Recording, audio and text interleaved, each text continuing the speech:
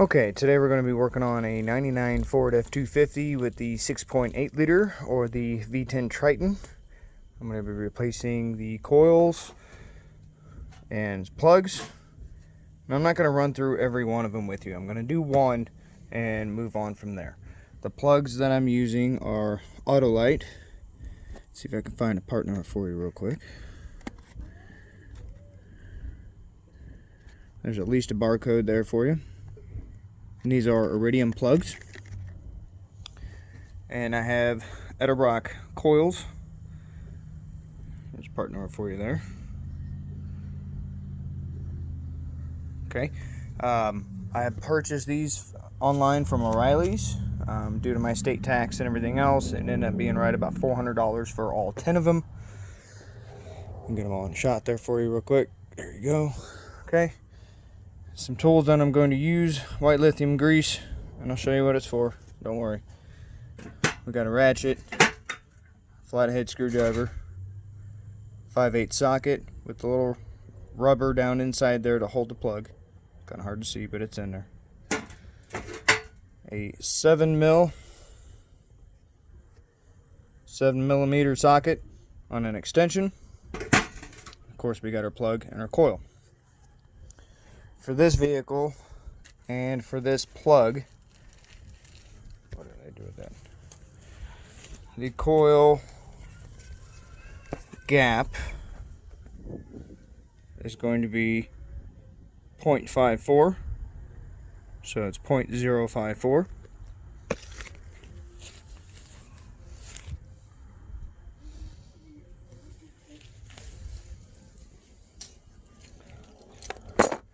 Always want to gap your plugs. Manufacturer may state it's made for the vehicle, but you've got to gap your clubs or your plugs. It's worth it every single time.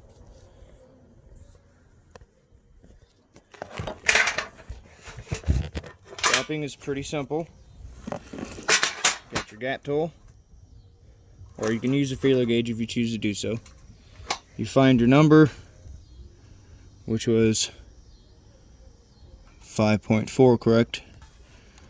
So here's 5.0.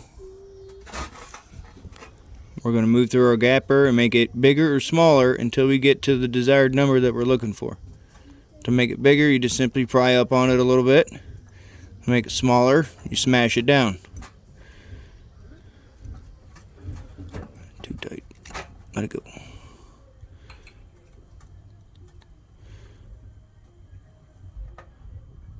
Okay, 0.054. It's hard to see it anymore, it's been worn down, but that's a 5 there.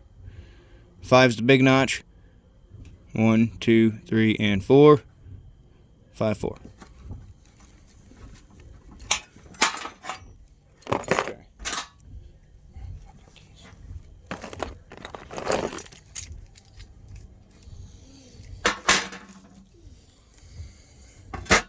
We got our gapping, we got our tools. Let's go to the truck.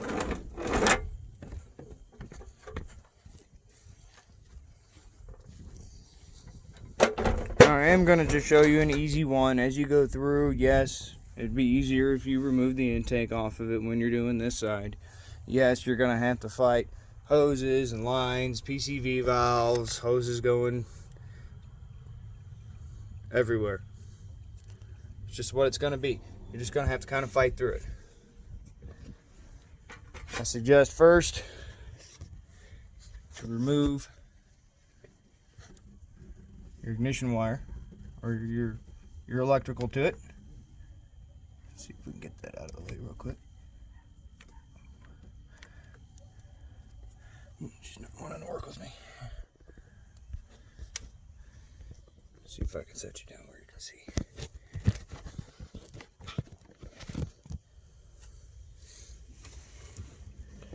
Just push down on the tab and it should pull out. Should.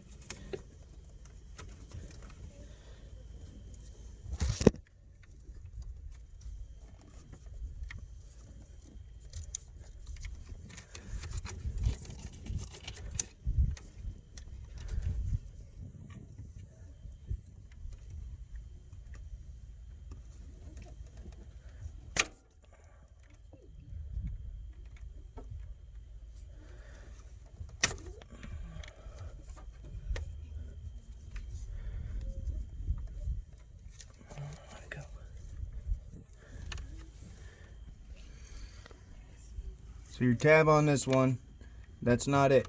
It's actually on the bottom side. This little guy right here is your tab. You just push down on it and pull the whole connector, and then it comes off.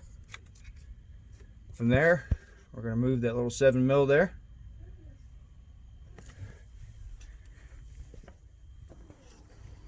Okay, little 7mm gone. We pulled that out. Be careful, these are completely loose. They're not locked in it or nothing, so if you drop it, just don't drop it. Be in your best interest to do. Give it a little twist to see if it can break free from the spark plug itself, and then pull. If you can. It may not want to. It's been a big problem with these Fords.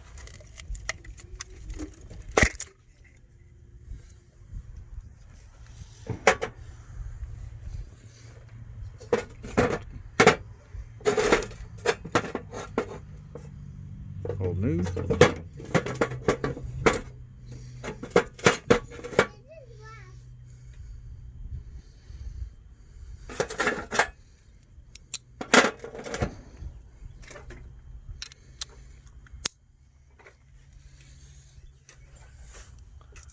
Then all the way down in there is the spark plug. We're going to pull that out now. Make sure you get a nice good bite to it. Come back to you in a minute.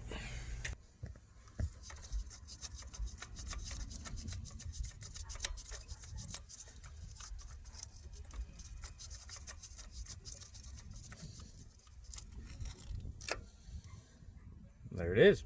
Old plug. I don't really know if these plugs are bad or not. I haven't done any research into them or checked the gapping on them. The truck does have 180,000 miles on it, and if I'm changing the coils, you might as well change the plugs.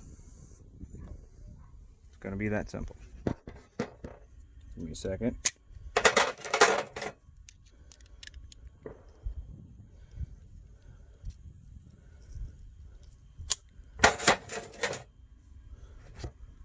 Okay, this is what I've got the grease for. Them boots are notorious or really bad about sticking to these plugs. Get a little dab, don't take much. Very, very little of, I'm going to use white lithium, which is a multi-purpose grease, and it's really good about not breaking down rubbers. Let's see if I can get you to stand up.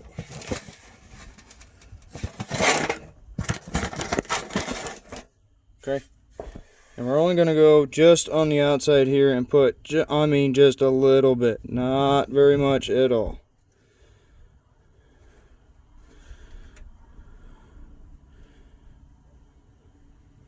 So all this is going to do is two things. One, it's going to help keep that boot from sticking to it. If you ever got to take them out again, it won't be as bad, it won't be stuck to it, and you won't rip the boot. Which, if you ever rip a boot off on one of these, you'll understand very quickly why a little bit of grease is going to be your best friend. That's it, just a little bit.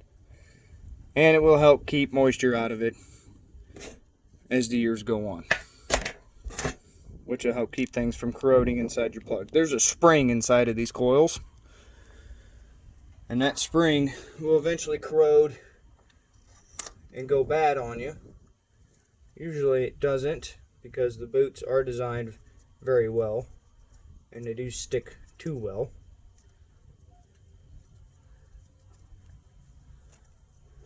So now we're just going to put that plug back in.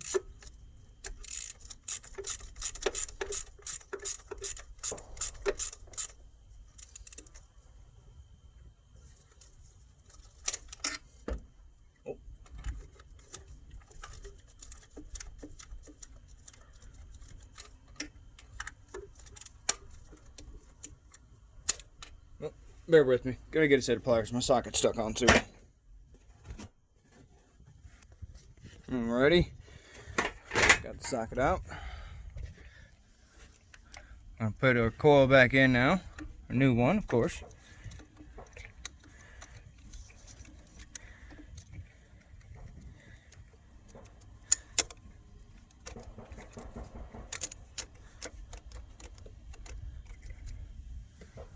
Put our little 7mm back in there.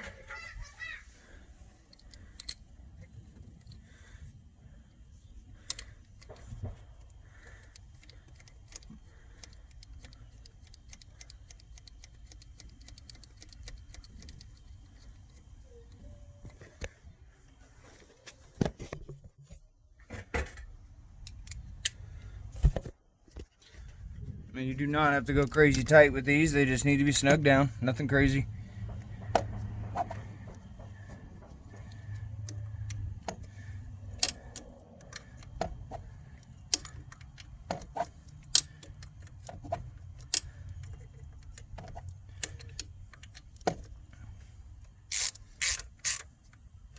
Tight.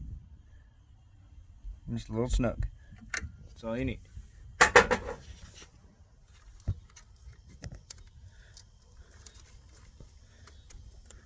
Plug your wire back in, make sure it's in there nice and good.